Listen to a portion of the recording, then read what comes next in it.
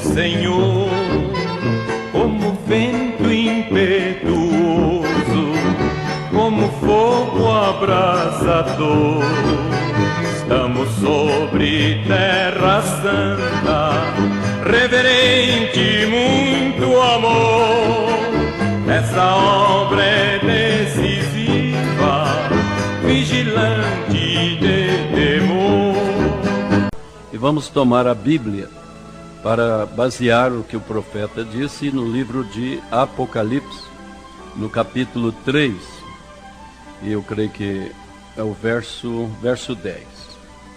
Apenas esse versículo: como guardastes a palavra da minha paciência, também eu te guardarei da hora da tentação, que há de vir sobre todo o mundo, para tentar os que habitam na terra. Amém, Jesus. Vamos ter uma palavra de oração.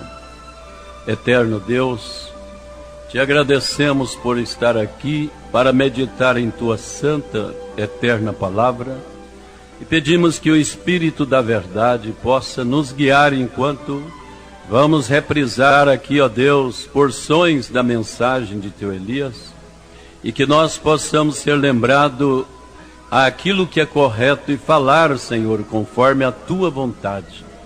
Também os corações de irmãos e irmãs possam ser todos ungidos e abençoados, e as pessoas que nos honram aqui com a sua presença também sejam abençoados. Nós pedimos que o Senhor também supra as nossas necessidades em Cristo Jesus. E nesta hora nós pedimos, acima de todas as coisas, o espírito da obediência, o espírito de sujeição à mensagem do dia. Ó Deus, porque sabemos que é a obediência que nos traz o cumprimento da palavra. É também a paciência que nos faz, Senhor, triunfar nesta hora.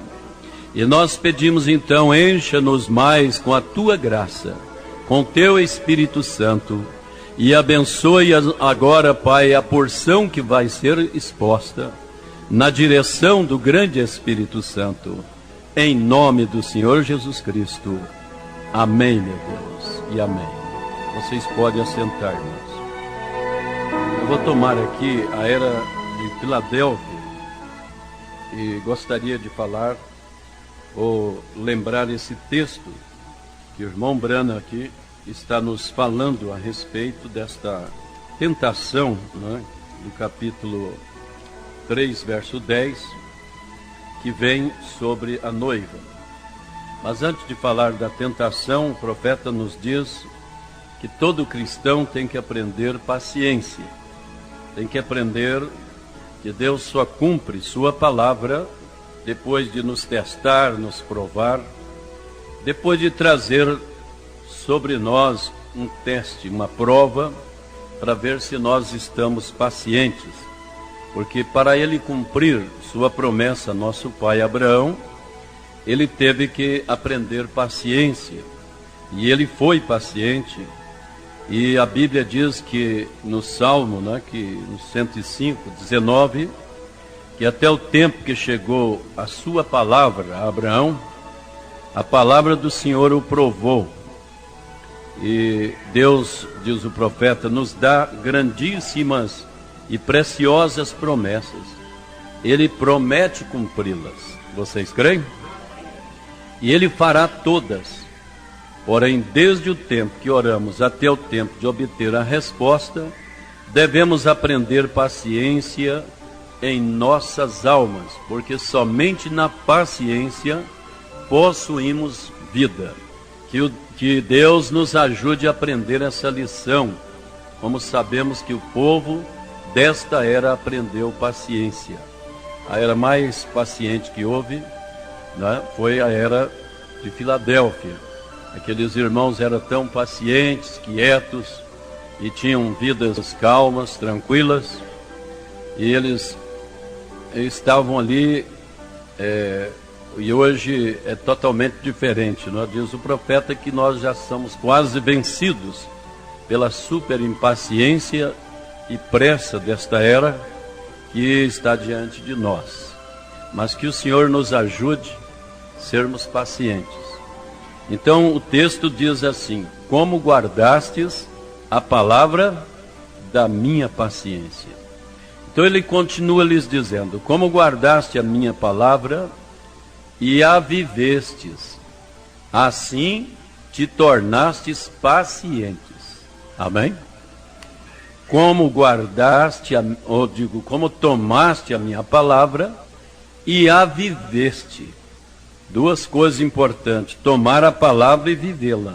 Vocês creem que isso tem que estar em nós? Então nos tornamos pacientes. Eu te guardarei da hora da tentação que há de vir sobre todo o mundo, para tentar os que habitam na terra. Agora aqui nós vemos novamente a sobreposição de duas eras, porque esta promessa aqui tem a ver com o fim do período dos gentios, que culmina na grande tribulação.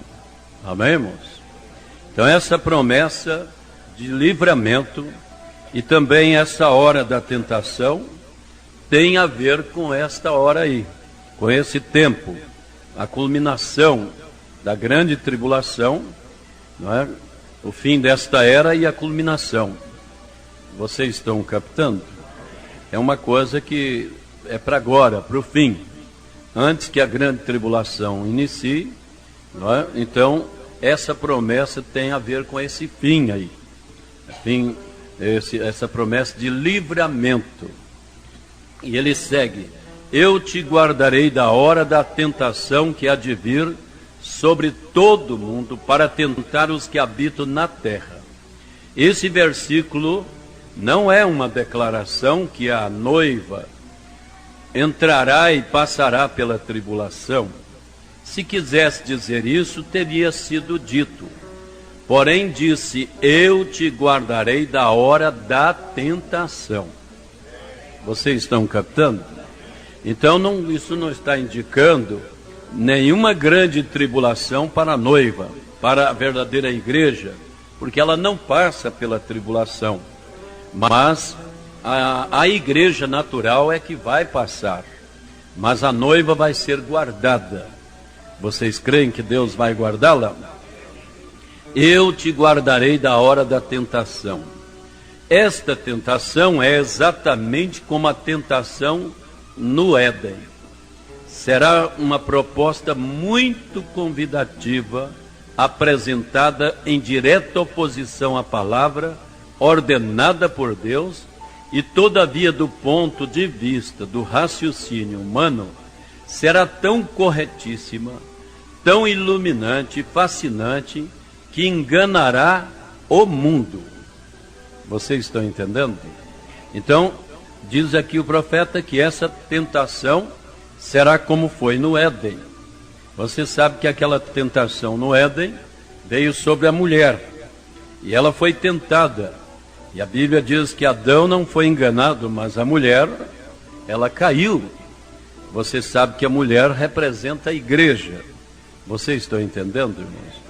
E aquele diabo, aquela serpente, não é? Ela veio vindo lento, progressivamente, e lançou aquela tentação, que Eva não resistiu e caiu.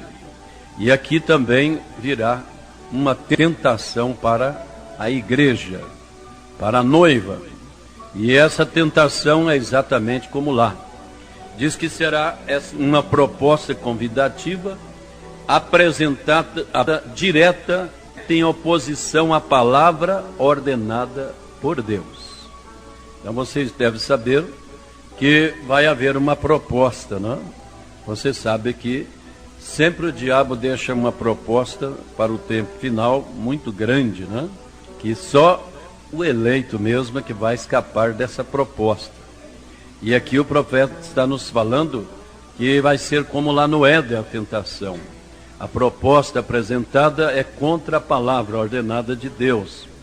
E do ponto de vista do raciocínio humano será tão corretíssima, tão iluminante e vivificante, que enganará o mundo. Somente os escolhidos não serão enganados.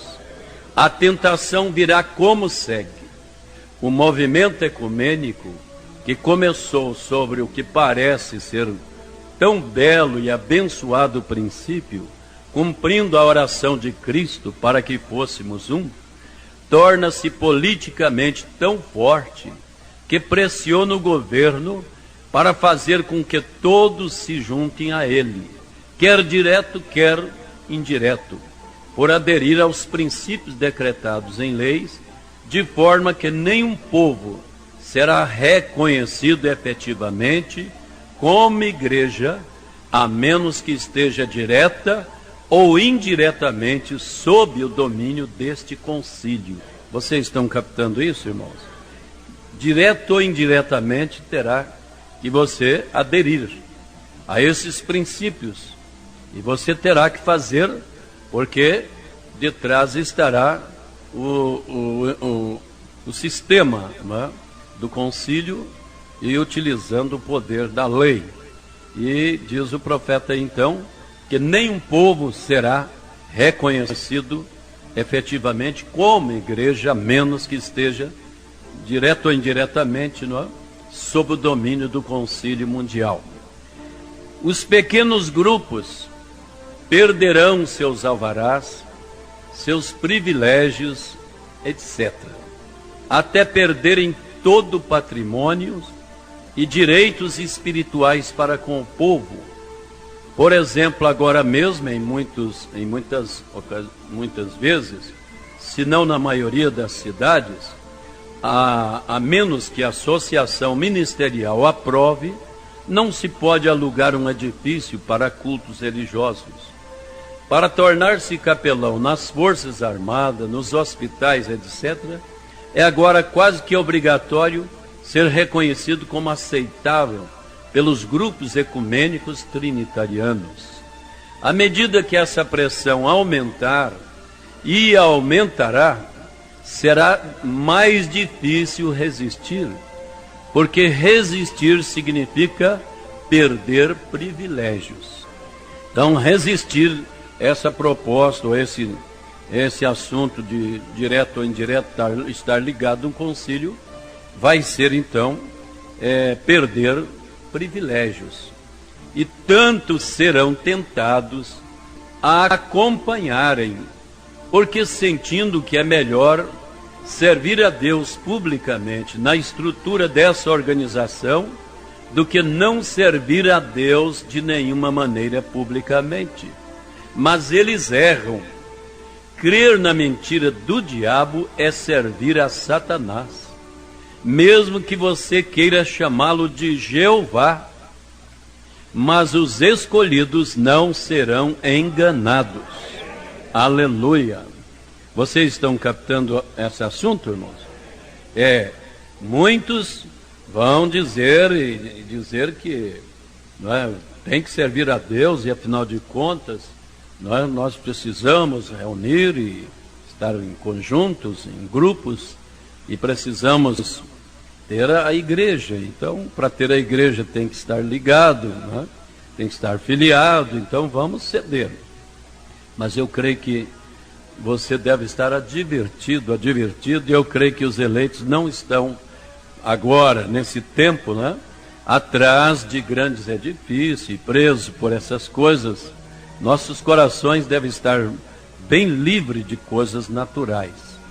Você deve cuidar daquilo que Deus põe na tua mão, fazer o melhor possível para cuidar, todavia, lembrar que você tem que estar seguro na mão do imutável Deus.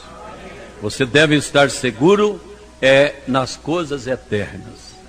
Mas muita gente vão, nesta hora, eu não sei, mas vai haver muitas coisas aí, pelo que o profeta nos mostra. Os escolhidos nesse tempo não somente serão guardados, porém, à medida que esse movimento se torne a imagem erigida à besta, os santos irão no arrebatamento. Vocês creem nisso?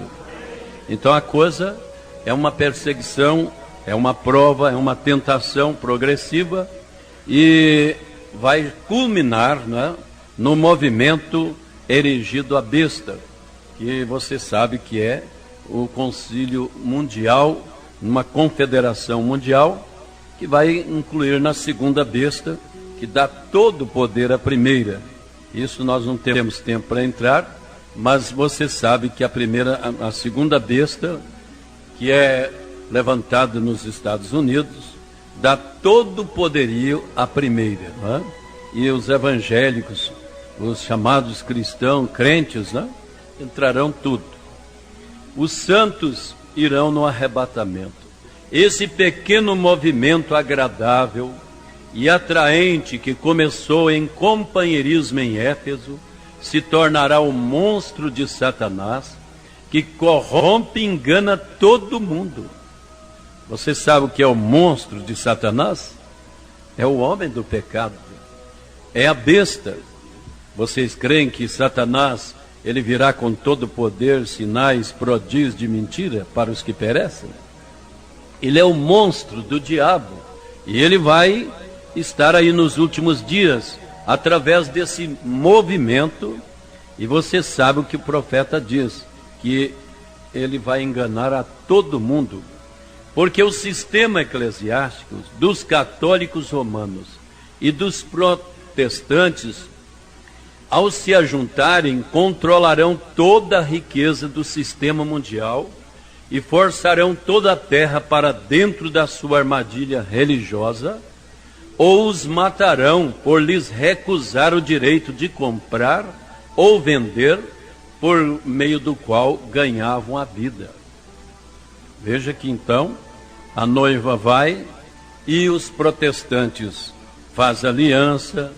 Os judeus, vocês vão ver que é uma aliança entre judeus, católico, protestante. É um movimento assim, logo após a saída da noiva, e a virginécia é que vai pagar o preço. Eles vão dar de frente, não é, com o assunto, pois a Bíblia diz que o dragão, a antiga serpente, vai fazer guerra. Não é? Satanás, nesse homem do pecado, vai fazer guerra contra o restante da semente da mulher. Vocês estão entendendo? E os matará. Por isso o profeta diz: a virginécia e os 144 mil serão mortos pela besta. Vocês estão entendendo, irmãos? Esse espírito aí vai seguir adiante, porque diz o profeta aí que eles se juntam e controlam as riquezas do sistema mundial e força toda a terra para dentro dessa armadilha religiosa, e então os matarão por lhes recusar o direito de comprar ou vender, por meio do qual ganhavam a vida. Isso se cumprirá completamente, porque as filhas da prostituta estão quase de volta a ela. Nesse interim, Roma adquiriu quase todos os suprimentos de ouro. Os judeus têm o bônus e todo o papel, e na hora certa a prostituta destruirá o sistema monetário do presente dia, retirando de circulação todo o papel e exigindo ouro. Sem nenhum ouro, o sistema desmorona.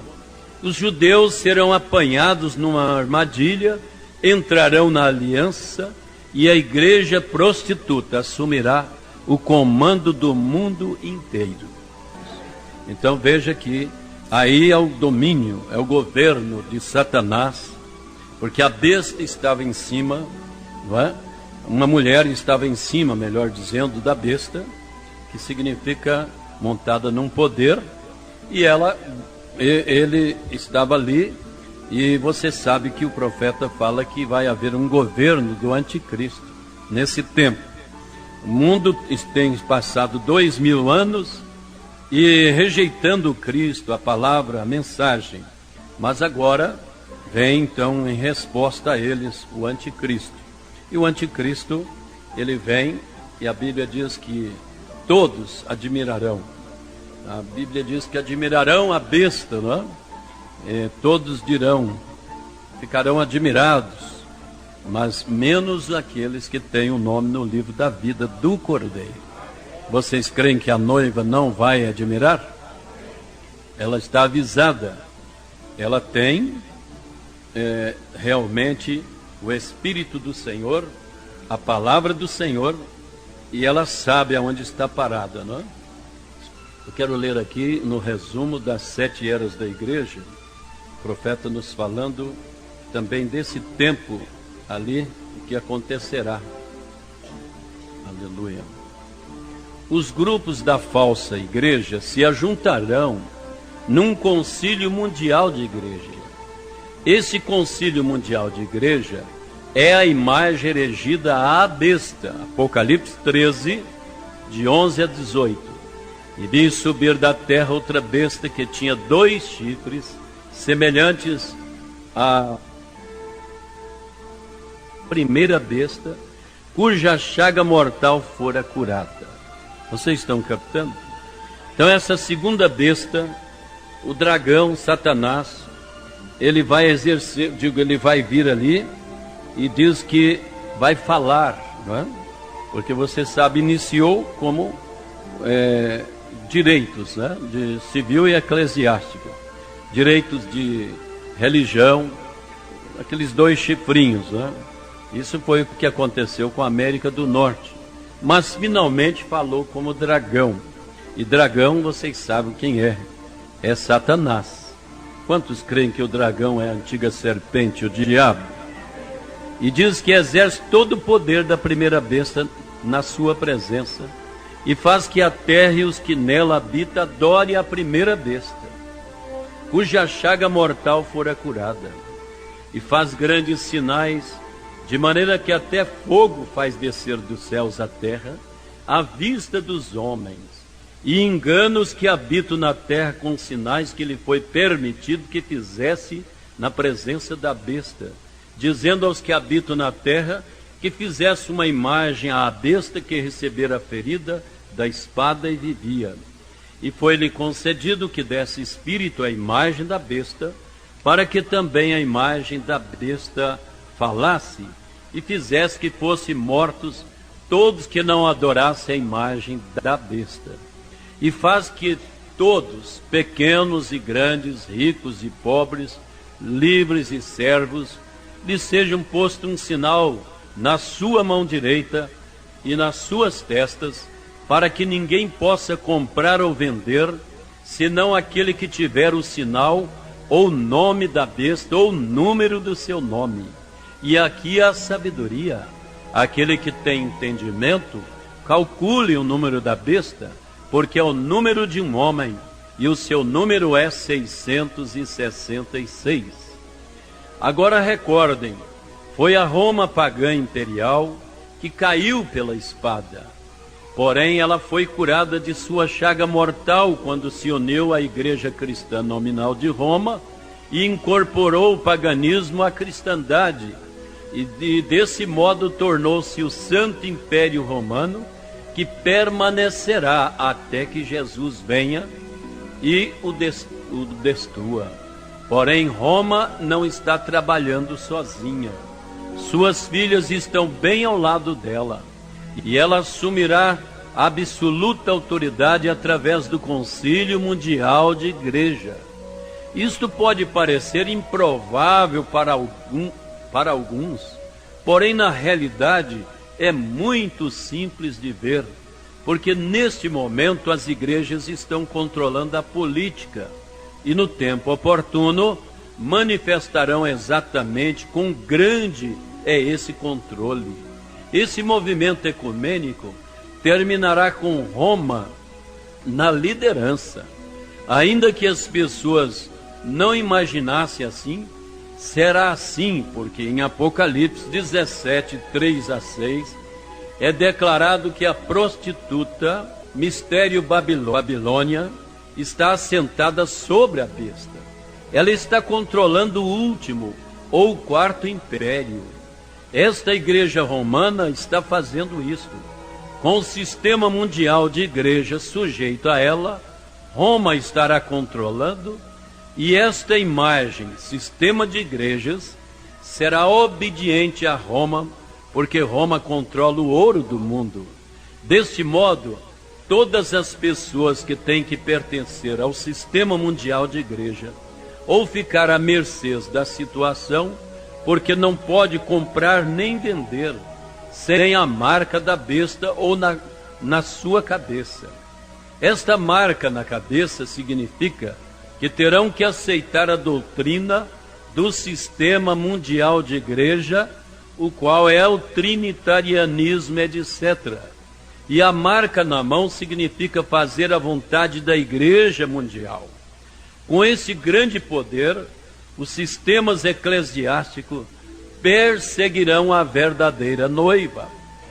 Vai haver uma perseguição. Esta imagem procurará impedir a noiva de pregar, de ensinar e etc. Seus ministros serão proibidos de dar a assistência e verdade às pessoas que delas necessitam. Vocês estão se aprontando para essa hora? Vai ter uns dias difíceis, não? Vocês sabem que a Bíblia fala que vai haver dias difíceis. O povo do Senhor vai ter um tempo difícil, os que seguem o Cordeiro. A palavra, você está seguindo a palavra? Você está seguindo o Cordeiro. Mas, diz o profeta, o Cordeiro vencerá. Glória a Deus. Vocês creem que ele vence por nós? Porém, antes que o anticristo em pessoa assuma o comando completo deste sistema mundial de igrejas, a verdadeira igreja será tirada deste mundo para estar com o Senhor. Deus arrebatará sua noiva para a grande ceia das bodas do Cordeiro. Aleluia! Você está feliz com isso? Sempre Deus tem o livramento dele na última hora. Vocês creem que Deus entra em cena? Deus sempre entrou em cena, não é? Deus sempre trabalha na última hora, trabalhando com aqueles que esperaram nele. O sistema de Deus é justamente para livramento. O irmão Brana diz que cada vez que houve pressão, não é? Cada vez que houve terceira puxada, ninguém detém, é obra santa. Ninguém detém, é obra santa. Nem Satã nem o mundo todo pode apagar esse ardor. Ninguém detém.